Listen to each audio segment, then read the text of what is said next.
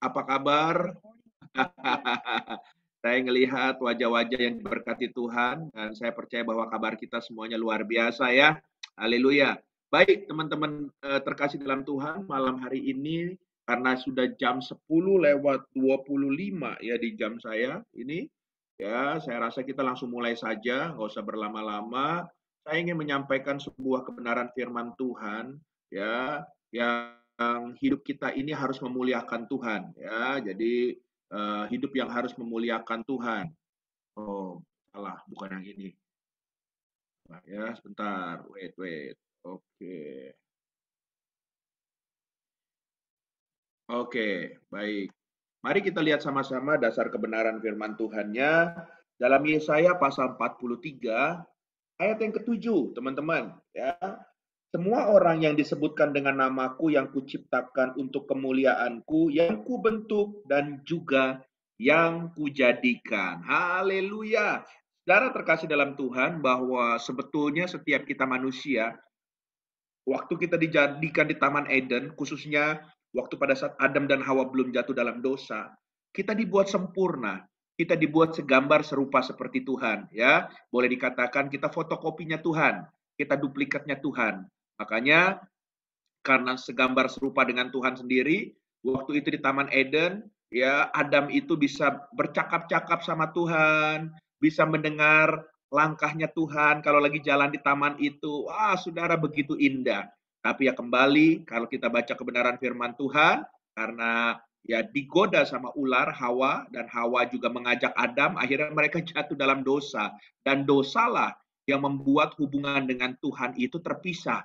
Nah, tapi ada satu kabar baiknya, waktu Yesus mati di kayu salib, dia menebus dosa saudara dan saya, dan dia sudah bangkit, dan pada saat kita percaya kepada dia, itu disebut kelahiran baru, ya makanya waktu kita lahir baru, dituntun oleh hamba Tuhan untuk menerima dia sebagai Tuhan dan Raja dalam hidup kita, untuk kita berhak menerima keselamatan.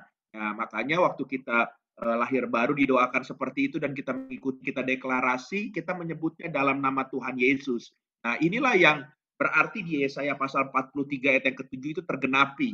Ya, semua orang yang disebut dengan namaku, ya. Kenapa? Karena kita sudah lahir baru, kita dipulihkan. Tapi di sini dikatakan waktu kita lahir baru, kita diciptakan ulang kembali untuk kemuliaan Tuhan. Haleluya.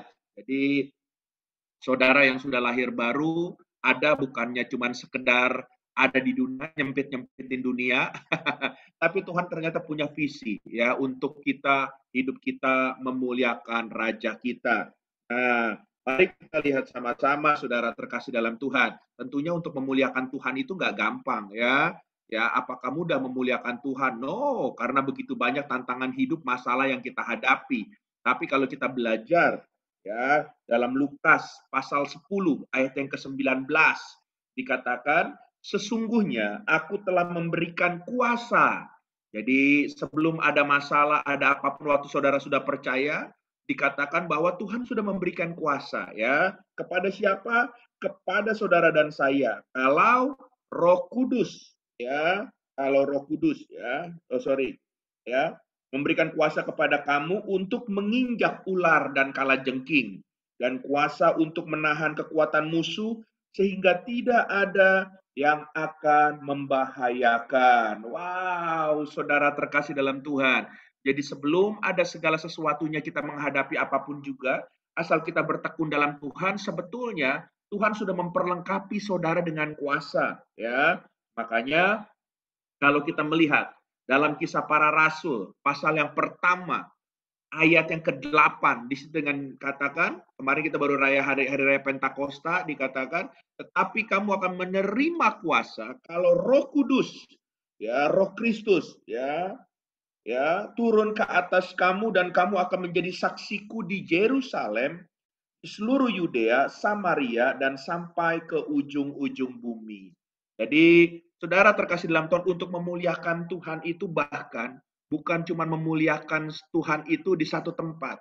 Tapi di sini dikatakan kita bisa menjadi saksi Tuhan. Yerusalem itu bicara keluarga kita. Yudea itu orang-orang yang ada di sekitar kita. Mungkin kita ketemu di kantor atau dimanapun juga. Samaria yang sudah agak jauh, saudara terkasih dalam Tuhan. ya sampai ke ujung-ujung bumi, teman-teman kita sudah di luar negeri dimanapun, ternyata kita bisa menjadi saksi Tuhan loh saudara. Ya dengan apa kita dipenuhi dulu oleh kuasa dari tempat yang maha tinggi, dari kuasa Roh Kudus tersebut. Nah, pertanyaannya, saudara, Roh Kudus memampukan kita untuk itu, tapi bagaimana bagian kita? Tentunya untuk memuliakan Tuhan, ada bagian yang saudara dan saya harus kerjakan, bukan? Sebab banyak kita orang percaya, kita pikir ya udahlah, yang penting aku ini ke gereja hari Minggu. Yang penting sekarang sama teman-teman komsel, ya kan, setiap hari Rabu malam. Selebihnya sudahlah, aku fokus sama kerjaanku. Nah, saudara, ya kita nggak ngerti bagaimana memuliakan Tuhan. Jadi hidup itu seperti pagi ketemu malam, malam ketemu pagi. Sepertinya itu cuma menjadi sebuah rutinitas.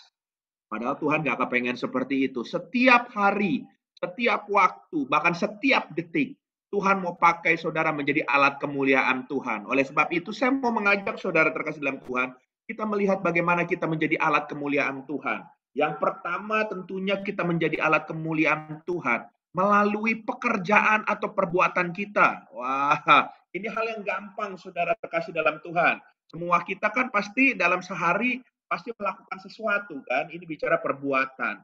Pasti kita ada pekerjaan kan, baik ibu rumah tangga atau apapun. Nah, saudara terkasih dalam Tuhan, melalui perbuatan dan pekerjaan inilah kita harus mempermuliakan Tuhan.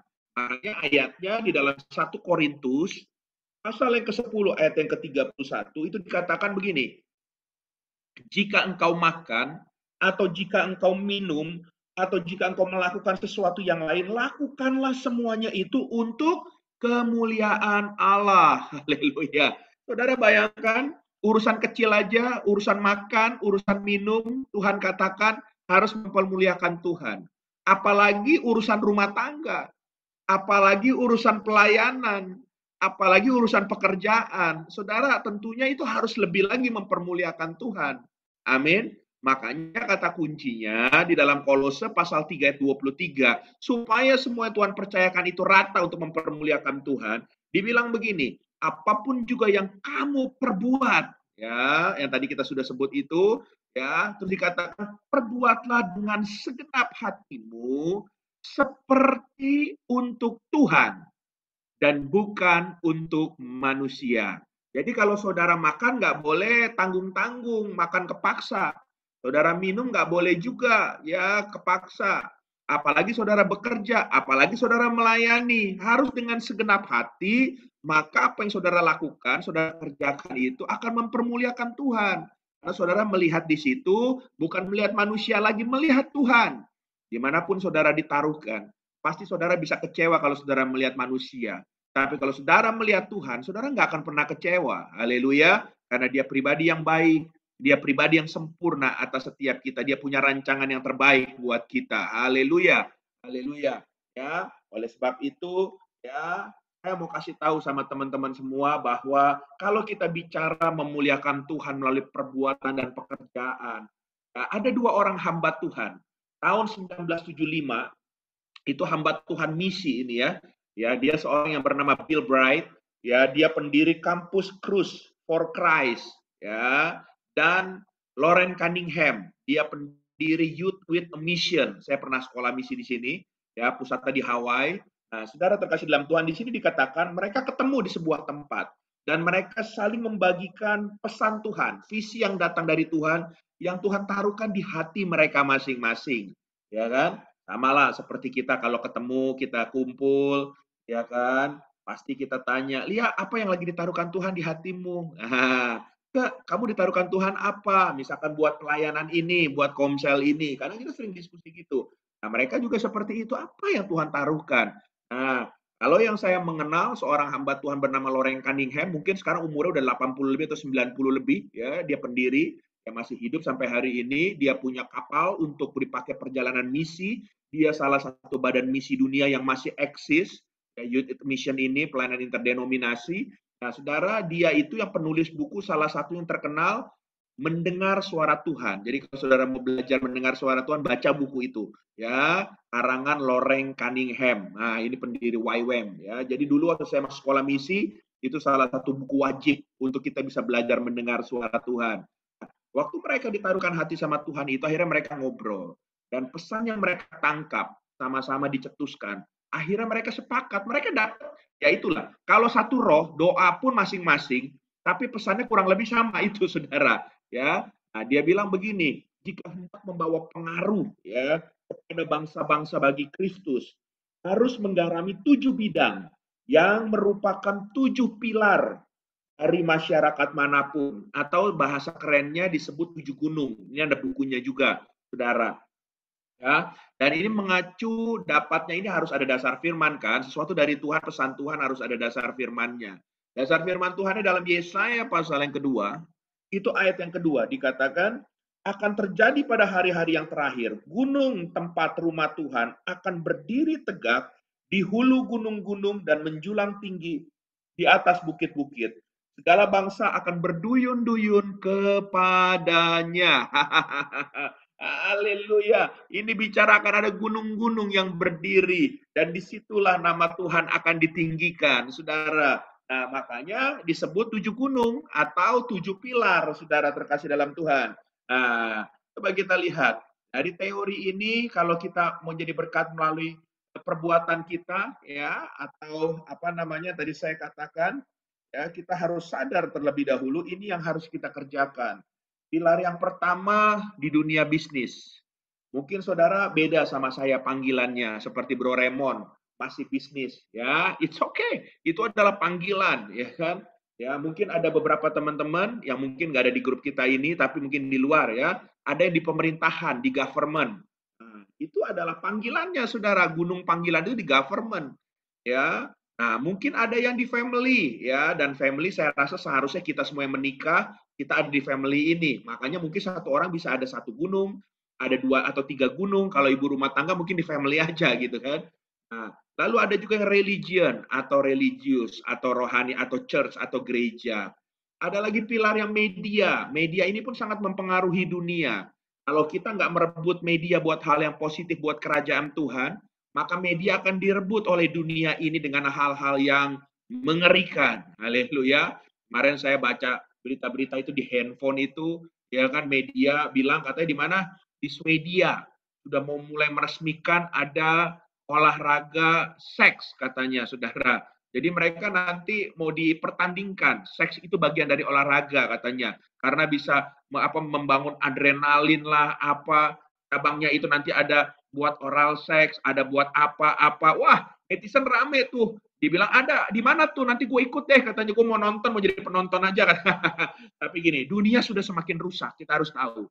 Makanya media anak-anak Tuhan harus menguasai, harus rebut itu. Haleluya. Ya. Lalu apalagi? Education. Aha.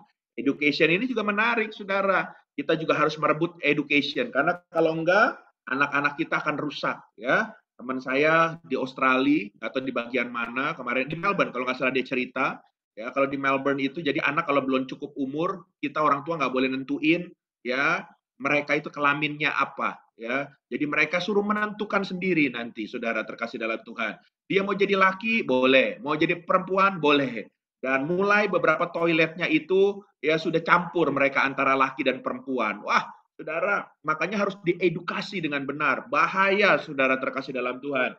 Ya, sampai ada beberapa teman saya bilang kayaknya kalau zaman sekarang mendingan maaf ya, kalau menyekolahin anak jangan ke negara-negara seperti itu deh. Mendingan yang paling aman walaupun kesannya kedar, ya saudara kita kuat, tapi untuk saat ini penjagaannya lebih baik ya seperti Malaysia atau apa, mereka kan masih menentang LGBT walaupun LGBT ada di semua tempat kan di dunia ini, tapi mereka menentang. Kalau mereka negara-negara barat tuh beberapa mereka sudah terang-terangan melegalkan dan itu bahaya buat anak-anak kita.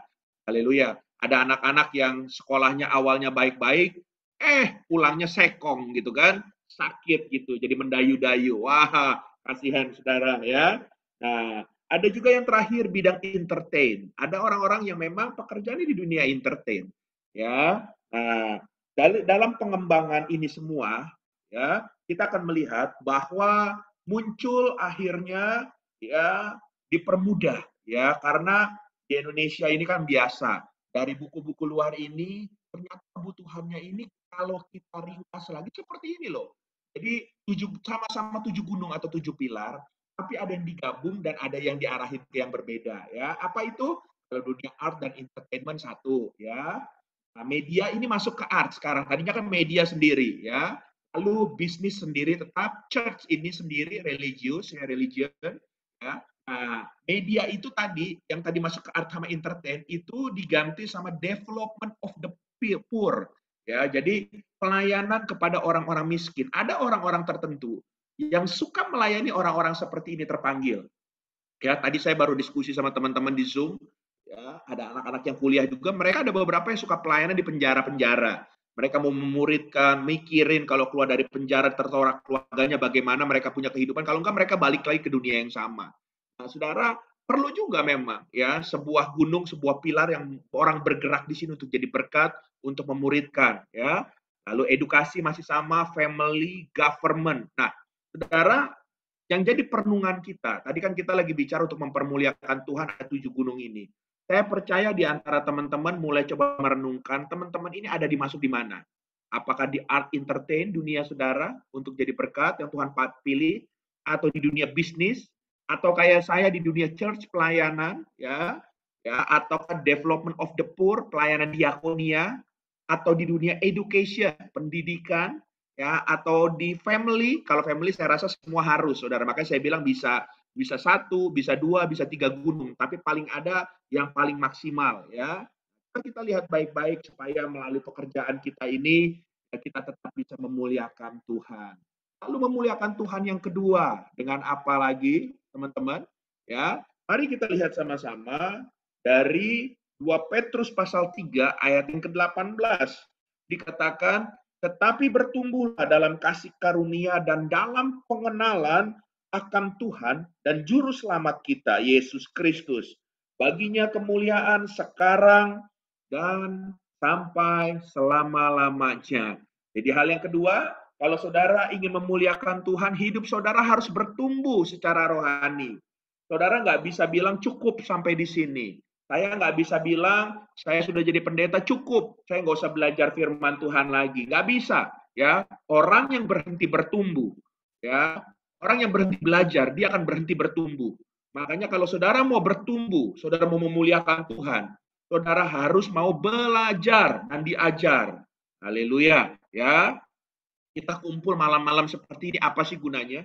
Kita sedang belajar dan diajar, haleluya, ya, dengan Tuhan dan melalui komunal ini, melalui komunitas ini. Jadi makanya kita seberapa kita hadir tetap saya berharap jangan jemu-jemu, ya. Memang banyak yang dipanggil, sedikit yang terpilih nanti. Akan ada penampian seperti itu. It's okay. Teman-teman yang lain yang belum bisa kita tetap doakan. Ya, ada waktu Tuhan, semuanya mereka satu-satu juga akan bersama-sama dengan kita, ya. Daripada kita paksa-paksa, sehatkan seperti itu. Coba kita lihat baik-baik. Bagaimana kita mengalami pertumbuhan kedewasaan rohani. Ya, orang yang bertumbuh dewasa rohani itu arahnya kepada keserupaan dengan Kristus. Semakin seseorang dewasa, dia akan semakin serupa dengan Kristus. Dewasa di sini bukan usia ya, tapi kerohaniannya. Ya, orang yang masih bayi rohani itu gampang ngambek, gampang tersinggung, ya kan? Gampang sakit hati, sedikit-sedikit sakit hati, sedikit-sedikit ngomong negatif. Tapi orang yang sudah mulai dewasa dalam Tuhan, dia bisa pikir positif. Ya, karakter Kristus sudah mulai ada dalam hidupnya. Ya, dia bisa sabar, ya kan? Dia apa-apain dia bisa mengucap syukur. Nah, ini orang yang dewasa dalam Tuhan. Dan saya berharap kalau kita bisa mencapai ya kedewasaan seperti ini, kita nggak mau berhenti bertumbuh, kita terus bertumbuh, maka nama Tuhan akan semakin dipermuliakan melalui kehidupan kita. Ya, banyak orang yang sudah melayani pun belum tentu menjamin dia sudah dewasa dalam Tuhan.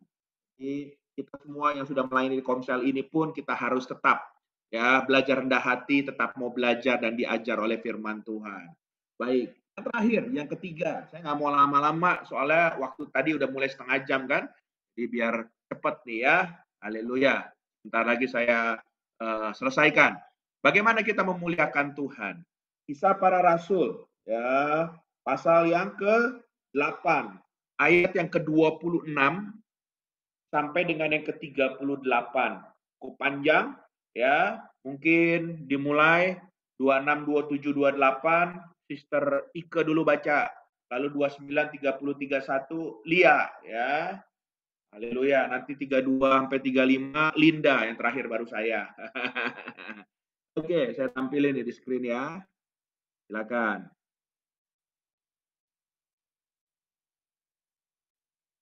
Ike, di-unmute. Kisah Rasul 8 ayat 26 sampai 3 sampai 28, 26 sampai 28. Oke. Kisah Para Rasul 8 ayat 26 sampai 28. Beginilah firman Tuhan, sida-sida dari tanah Ethiopia. Kemudian berkatalah seorang malaikat Tuhan kepada Filipus, katanya, bangunlah dan berangkatlah ke sebelah selatan menurut jalan yang turun dari Yerusalem ke Gaza, jalan itu jalan yang sunyi. Lalu berangkatlah Filipus, adalah seorang Ethiopia, seorang sida-sida pembesar dan kepala perbendaharaan Sri Kandake, ratu negeri Ethiopia yang pergi ke Yerusalem untuk beribadah. Sekarang orang itu sedang dalam perjalanan pulang dan duduk dalam keretanya sambil membaca kitab Nabi Yesaya. Ya. Lalu kata Roh kepada Filipus, pergilah ke situ dan dekatilah kereta itu. Filipus segera ke situ dan mendengar sida-sida itu sedang membaca kitab Yesaya. Kata Filipus, mengertikah Tuhan apa yang Tuhan baca itu? Jawabnya, bagaimanakah aku dapat mengerti kalau tidak ada yang membimbing aku? Lalu ia meminta Filipus naik dan duduk di sampingnya. Nas yang dibacanya itu berbunyi seperti berikut. Seperti seekor domba, ia dibawa ke pembantaian, dan seperti anak domba yang keluh di depan orang yang menggunting bulunya, demikianlah ia membuka mulutnya. Linda.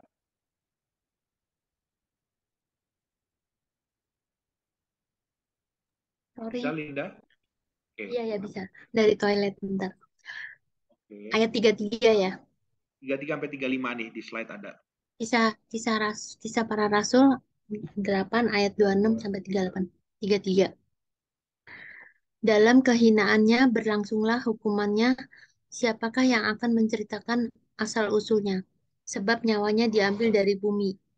Maka kata sida-sida itu kepada Filipus, aku bertanya kepadamu, tentang siapakah Nabi berkata demikian? Tentang dirinya sendiri atau tentang orang lain? Maka mulailah Filipus berbicara dan bertolak dari nas itu, ia memberitakan Injil Yesus kepadanya. Mereka melanjutkan perjalanan mereka dan tiba di suatu tempat yang ada air. Lalu kata sida-sida itu, lihat di situ ada air. Apakah halangannya jika aku dibaptis? Sahut Filipus, jika Tuhan percaya dengan segenap hati, boleh. Jawabnya, aku percaya bahwa Yesus Kristus adalah anak Allah. Lalu orang Ethiopia itu menyuruh menghentikan kereta itu dan keduanya turun ke dalam air, baik Filipus maupun sida-sida itu, dan Filipus membaptis dia. Haleluya. Jadi daripada kisah-kisah para rasul ini adalah sebuah kisah yang menarik, bukan? Ya, bagaimana di situ ya ada seorang yang bernama Filipus, dia disuruh oleh malaikat Tuhan, ya. Dan saya percaya malaikat Tuhan ini adalah suruhan Tuhan, atau mungkin bisa Tuhan sendiri. Karena dalam perjanjian lama pun dia bisa nyaruh menjadi malaikat terang Tuhan itu, ya. Nah, tapi intinya begini, waktu dia disuruh untuk menjumpai sida-sida itu yang dari Ethiopia, dia datang, dia menjumpainya. Nah, waktu dia menjumpainya, singkat cerita bahwa sida-sida itu sedang baca Taurat. Nggak tahu dia dapat dari mana, dia lagi baca Taurat. Nah, dia baca aja, tapi dia nggak ngerti artinya. Kemudian Filipus ini mendekati dan dia bilang, kamu baca Taurat? Iya, saya baca Taurat. Ditanya, kamu ngerti nggak itu apa artinya? Ya, seperti ada domba yang mau disembelih dan lain sebagainya. Itu kan gambaran Yesus sebetulnya kan. Nah, dia bilang, saya sih nggak ngerti. Ya, coba deh kalau ada orang yang bisa menerjemahkan, saya mau nih, dia bilang begitu. Terus dia diam. Terus dia ngelihat, kenapa sih Filipus tiba-tiba nanya dia? Dia sadar. Dia bilang, kamu ngerti? Kalau kamu ngerti, naik ke sini, naik kereta kudaku. Sambil jalan, kamu jelasin saya. Dan singkat cerita, nggak pakai lama, ya dia nurut apa yang Tuhan suruh, ya Filipus naik ke kereta kuda itu dan dia menjelaskan. Bahkan jauh bukan hanya daripada Taurat yang dia jelaskan, dia bicara tentang artinya bagaimana keselamatan itu ada di dalam Raja kita Yesus Kristus. Dan singkat cerita, setelah itu dia mulai, saudara terkasih dalam Tuhan, merenung. Dan dalam perjalanan itu dia melihat ada sebuah kolam air. Dan dia bilang, masalah nggak nih kalau saya sekarang stop dan saya mau dibaptis nyemplung di situ? Ya, Filipus bilang, oh boleh kalau kamu percaya dengan sungguh, it's okay. Ya karena dasar dari baptisan itu harus dengan iman, ya kan, bukan dengan paksaan.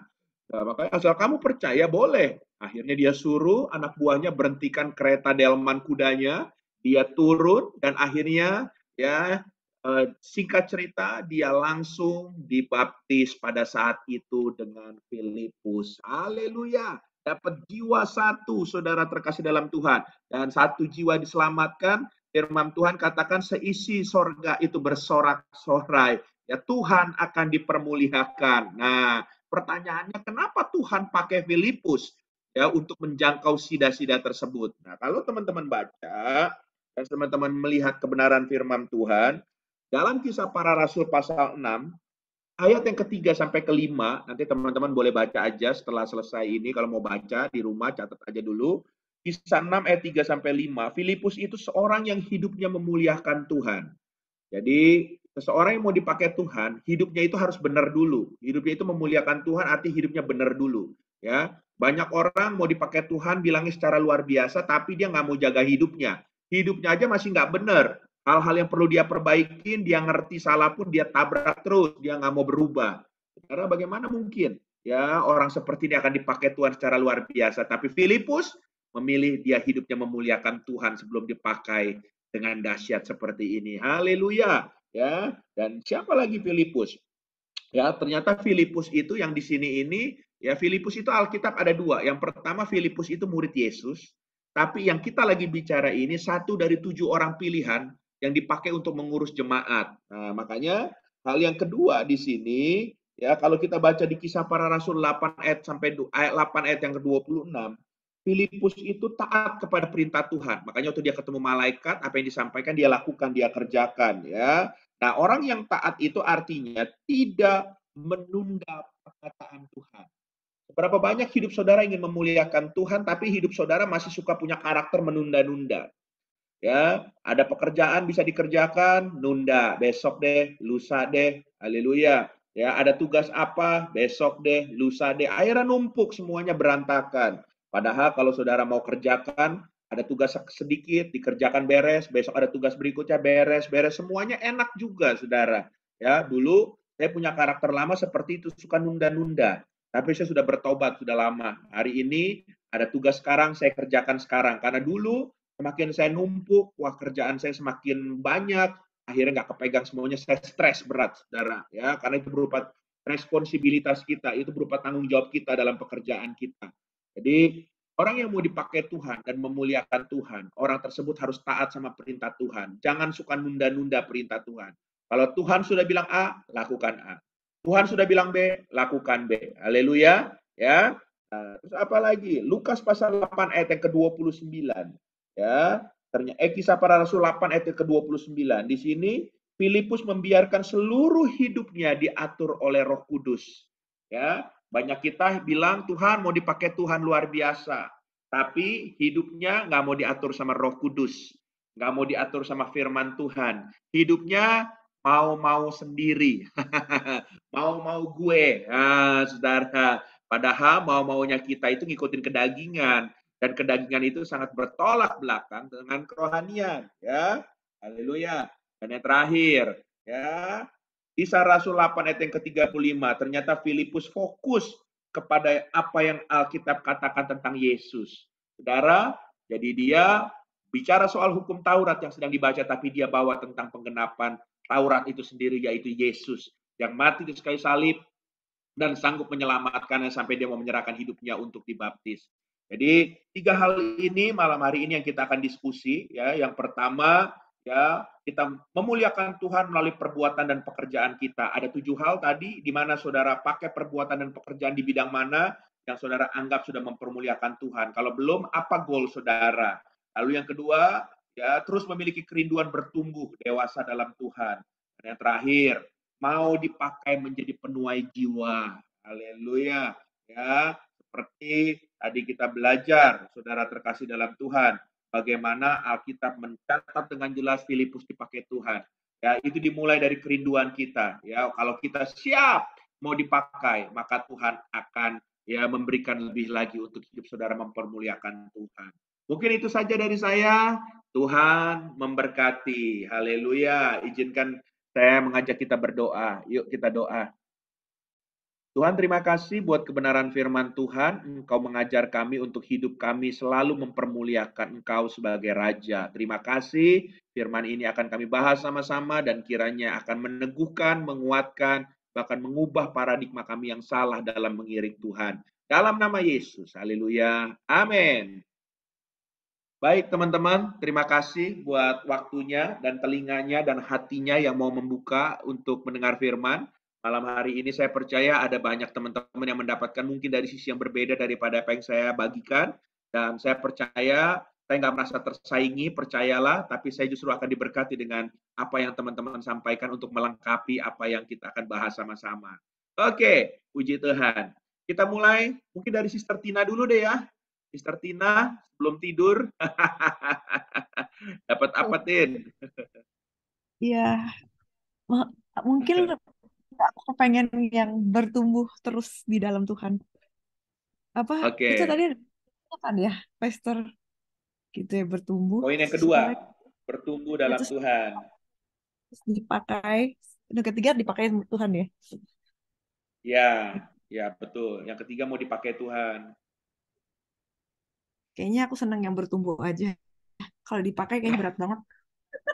Oh, bisa ada pilihan gitu ya. Nggak boleh memilih ya. Harus Ya, itu ya, ya, ya. menerima ya. Ya itu aja sih. Maksudnya, mudah-mudahan ya aku makin bertumbuh sometimes ya. Kayak masih ke gereja sih. Masih ke gereja. Mau nggak mau nemenin papa kan, udah tua. Jadi ya sama-sama lah ya. Jadi bertumbuh. Kayak kemarin ada bahas komunitas. Ya mungkin nggak beda jauh gitu sama firman yang Pastor kasih sih hari ini. Gitu. Oke. Baik, baik, baik. Puji Tuhan memberkati dan terus ya seperti imanmu katakan mau bertumbuh dalam Tuhan. Tuhan tolong, Roh Kudus pimpin supaya Sister Tina juga tetap bertumbuh dalam Tuhan. Puji Tuhan sehingga nama Tuhan dipermuliakan. Oke. Kita balik ya sekarang ya. Jangan dari yang akhir-akhir dulu. Yang akhir sekarang jadi yang terdepan deh. Haleluya. Ya tutup-tutup kamera dulu deh. Bro Raymond, dapat apa bro sebelum ke Medan dia? Oh, udah ke Medan dia hilang lagi dia. Ayo, dapat apa bro? Boleh bagi sesuatu bro? Iya, gue kalau mengenai pekerjaan untuk Tuhan, gue nggak tahu ya mana yang benar, mana yang enggak. Cuman intinya gue melakukan yang terbaik yang apa yang gue bisa. Gitu. Ya misalkan